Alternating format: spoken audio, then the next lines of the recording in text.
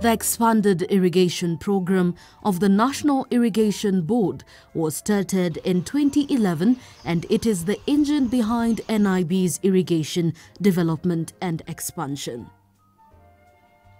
The main objective of the program is to accelerate irrigation expansion and development in order to attain national food security in Kenya and eliminate hunger amongst Kenyans.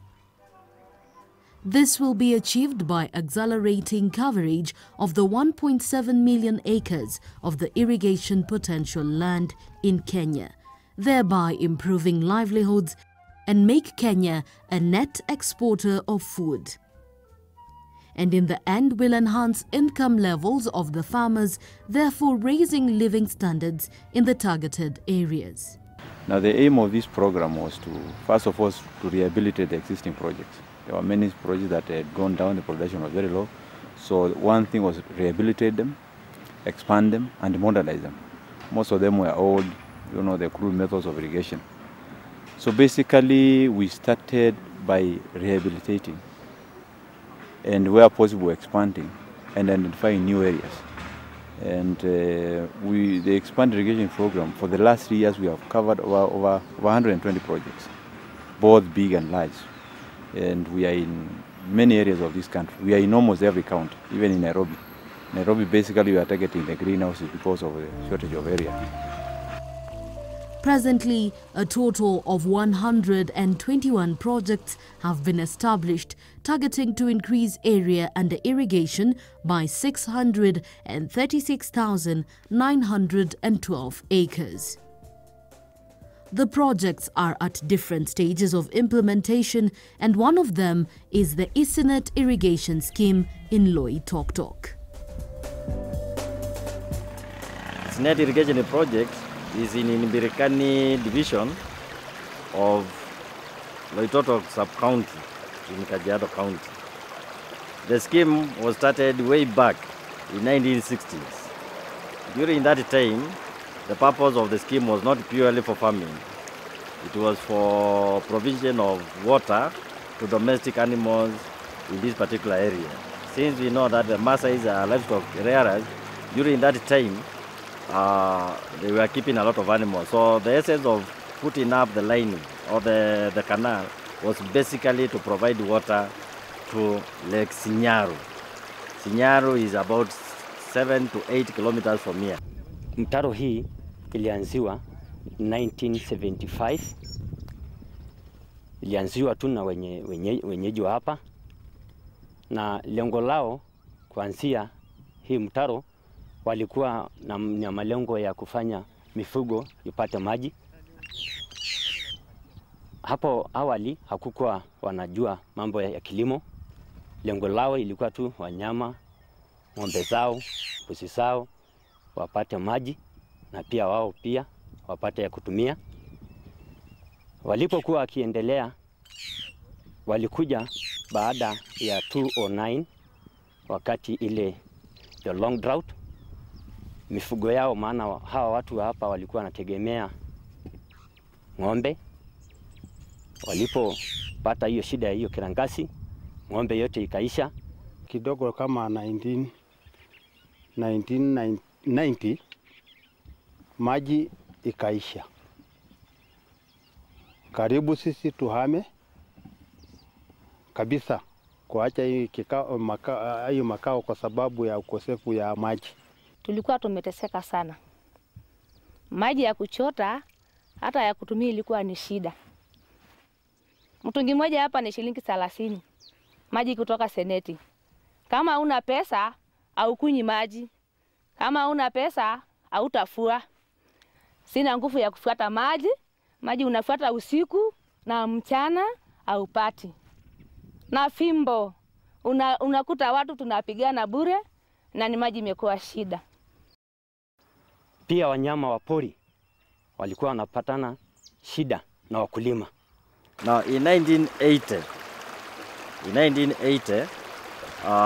the farmers saw it wise, because of the drought that persisted in this particular area, to start some kind of farming.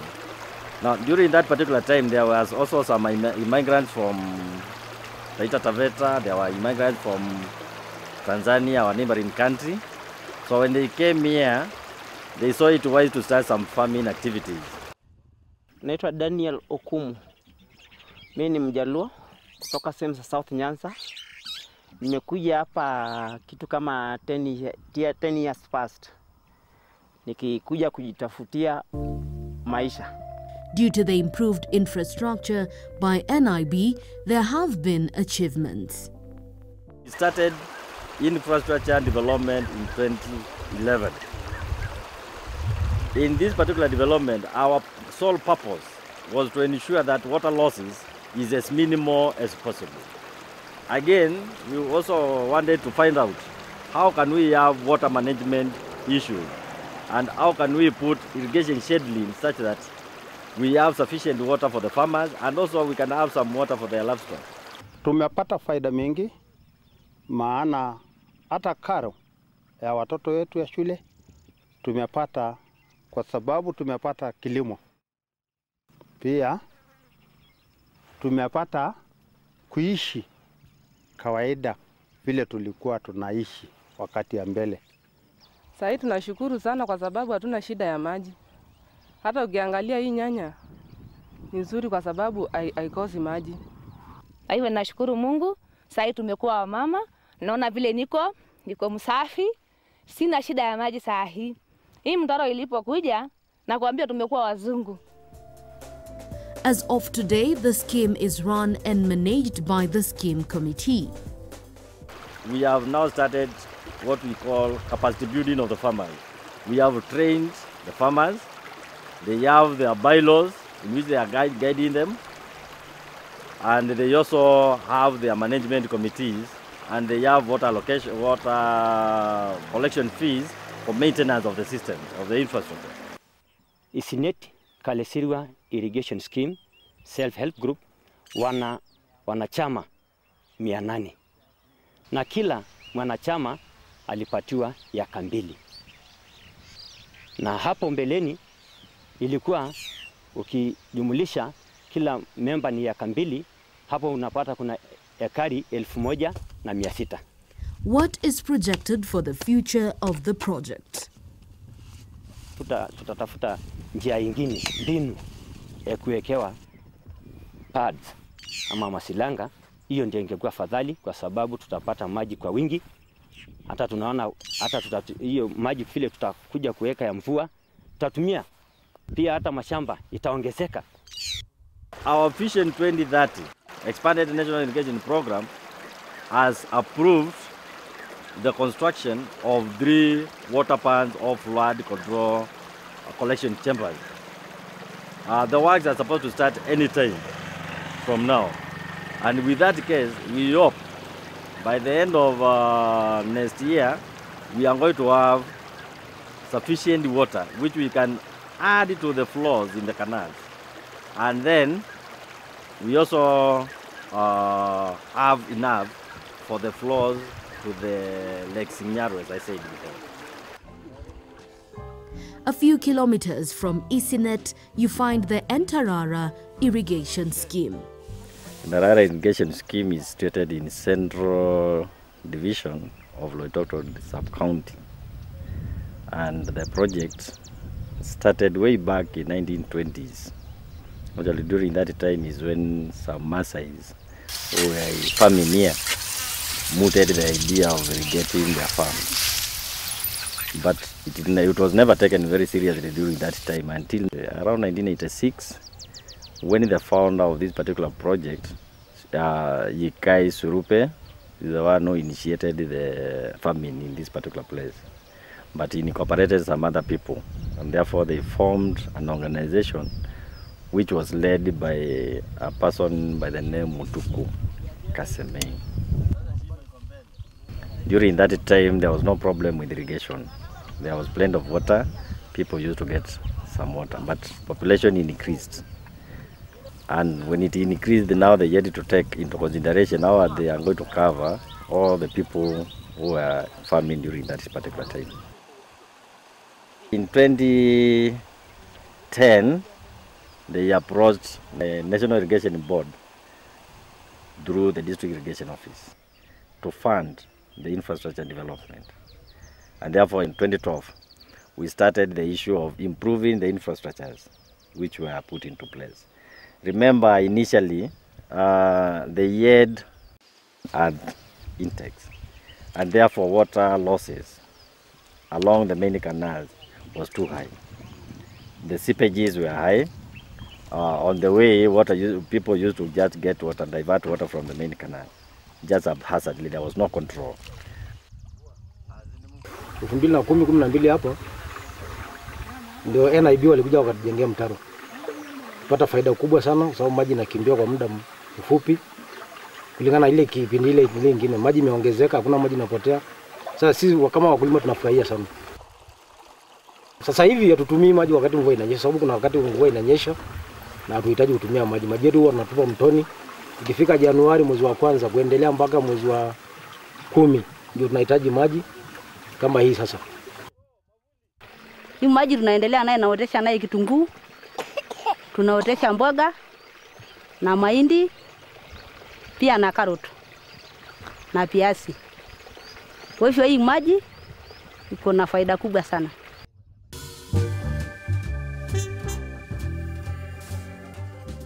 From Loitoktok, we go west towards Naivasha.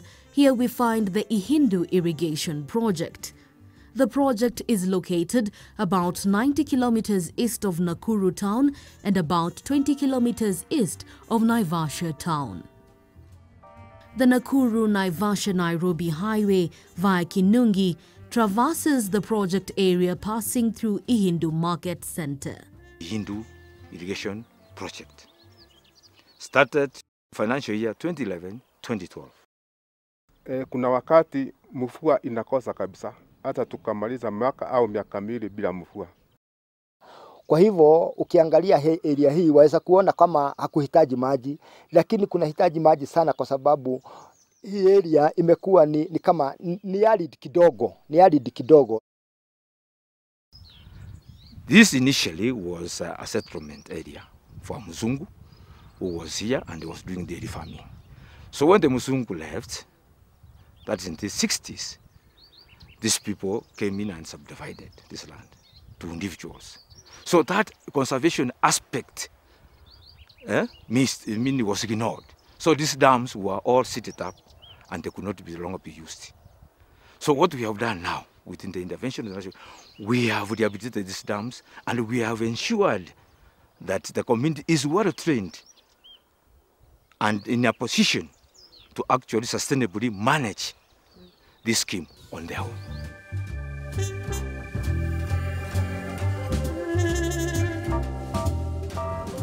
In the first phase of this project, in terms of fiscal implementation, we covered borehole rehabilitation. We did where we are now, there's this dam. We did the rehabilitation of the embankment. We expanded the reservoir capacity, and we ensured that the seed traps are put in place and the spillway.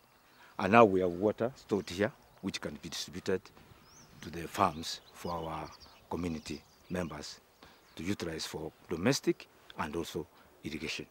Miaka mitatu hivi kutoka sasa nyuma tulipatana na NIB wakatuambia hao hahusiki na maji ya kunywa, wanahusika na maji ya kulima. Wakatuelezea, tukaelezewa kupitia kwa mpango huo waweza kupatia maji wanapoendelea na hiyo kazi ya kupatiana maji ya kulima, waweza tu kupatiana maji ya kunywa wakati huo. How does the system work? It's a well-organized system, such that the first dam, the spillway from the first dam, serves the second dam through the interbasin approach. That means that the water that we don't not waste this water that is spilled over wakati wa floods. So it is led to the second dam, and the second dam leads to the third dam, and then it goes up to the last dam. which is the fourth dam. Further on, we have two kinds of systems we are doing here. We have the greenhouses project, and then we have the drip lines project, and we have the water pans. Now, the water from the dams is distributed to individual water pans, and we have a total of now 200 water pans. Measuring about, these water pans are trapezoidal in shape. They're measuring at the top 15 meters by 15 meters. And then at the bottom, 10 meters by 10 meters. Able to hold water up to a capacity of 400 meter cubed. And that one is enough to irrigate about 0.2 of an hectare. So if we have a target of 300 households, then you can see that the total target area under this program, under this project, is 60 hectares, and intensive horticultural production of vegetables.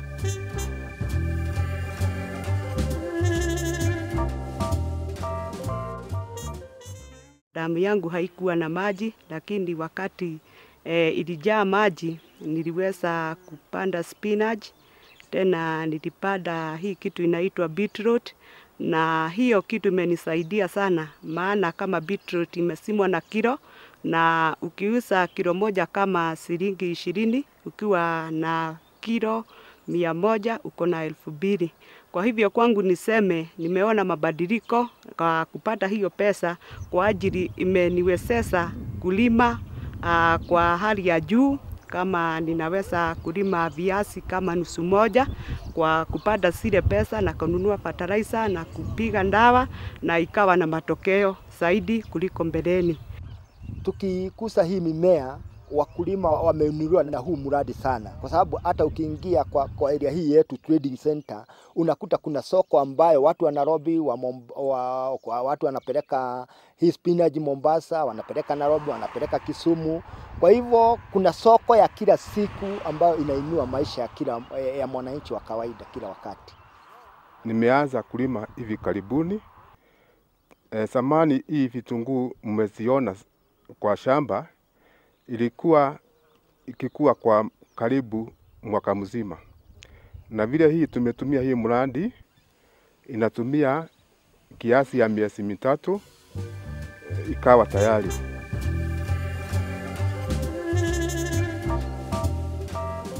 These projects, once fully done, because phase 1, I've told you, focused so much on dam rehabilitation and borehole. Phase 2 focused so much on domestic water lines and construction of storage tanks. Phase 3, which we are soon starting to implement, will focus more on fencing the water, the water reservoir area. Now you can see this one has been fenced off, but we need to fence the other 3, mainly to keep off the animals and also humans. It is risky to have it open. So therefore we have done that to ensure that it is fenced off and for proper protection and conservation. Within the project component, we had an item of capacity building. We have conducted very serious trainings with the farmers, and we hired consultants to do that, the trainers, and they did a wonderful job. And they have trained them to residential training, and the farmers are well equipped with the knowledge and how to implement this program. The community has been very much supportive and cooperative with this kind of work. They indeed appreciate that this is their project, and our role is facilitative to assist them in the technical know-how. Was Ihindu like this before? Hii mradi ilikuwa inasimama inaanguka, inasimama inaanguka. Hawa kurespond wakati huo wa kwanza. Waligojea kama vile Mwafrika anangojea kuona ni nini tutafanya. Wakangojea na wakaona vile tunaanza na mpango, na sasa contractor akaletwa kwa on the ground, wakaanza kuchimbua hiyo. Tukaanza kuchimbua sisi na mikono. na hawa watu wakalete nayo serikali ka provide na hizi liners na nini na nini na nini. Hiyo ndio wakati watu walikuwa waliamuka na kuanza kuchimbua tu damu. Sasa wameshika mkondo mzuri, sasa wanafanya hiyo kazi na wana upendo mwingi sana kwa sababu serikali imewasaidia sana. If I can tell you the challenges which were there before, there was no food in this area. There was no water in this area. They had just a water project which was not functioning. So actually what our intervention, that is the National Irrigation Board, is failed because we overcame these challenges. These people used to go to Kinale forest to fend for food and so on, and even for water. Even the education standards went down so much low, to the lowest ebb, because all the time these people were walking all over, moving to the Kinale forest to fend for themselves.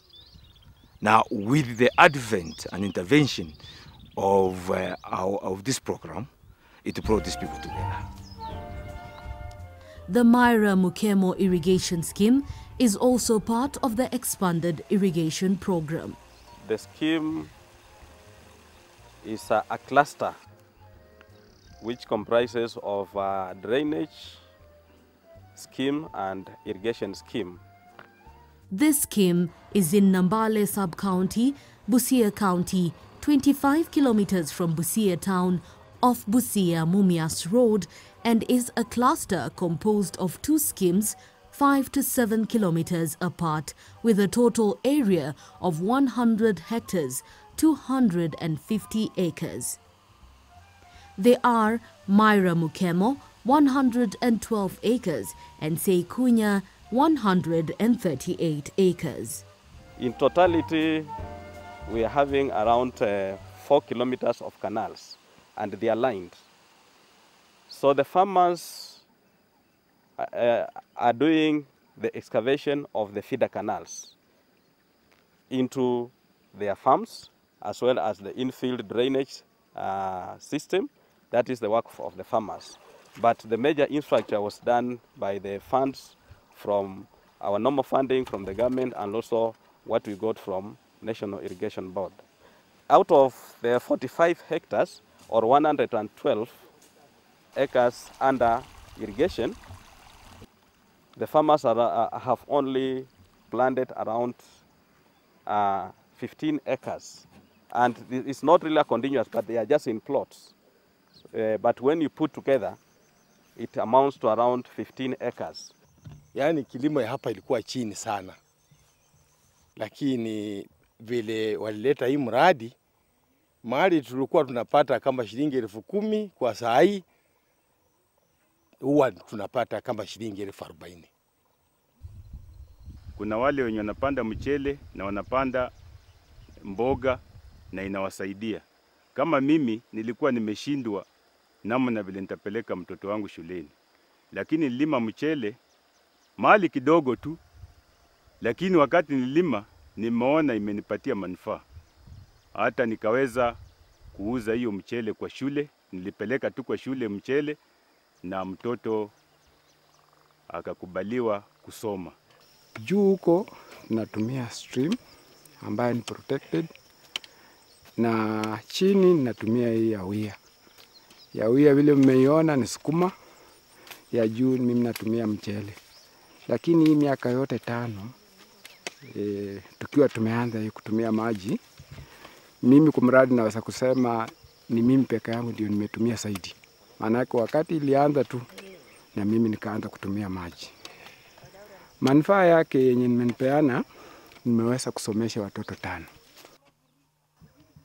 2009 walipeleka mkulima mmoja akaenda kutrain kule Mwea, na mwingine akapelekwa Tanzania kuona irrigation schemes vile zinaendelea. Na la kuongezea sana vile ambao wengine hawakutaja ni kwa sababu hii katika hii mradi tumekuwa na maji safi. Mradi umetutengenezea chemichemi 7. This scheme, the farmers will have food. First of all, the food security. Once the farmers are food secure, they will manage to go around with the activities. They'll have, from the production, when they sell, they'll be economically empowered. And also, their livelihood will improve. Manufaa mkulima anataka apate au tunapata ni kwa sababu hatuna umasikini vile tulikuwa. Kwa sababu we are doing farming as a business.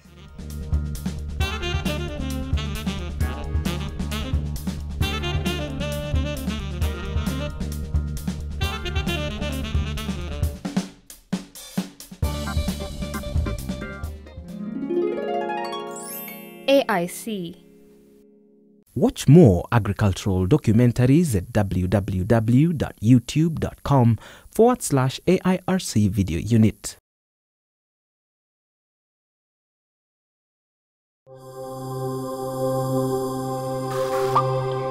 Find us on www.nib.or.ke, on Twitter or on Facebook, and also on YouTube at www.nationalirrigationboard.youtube.com.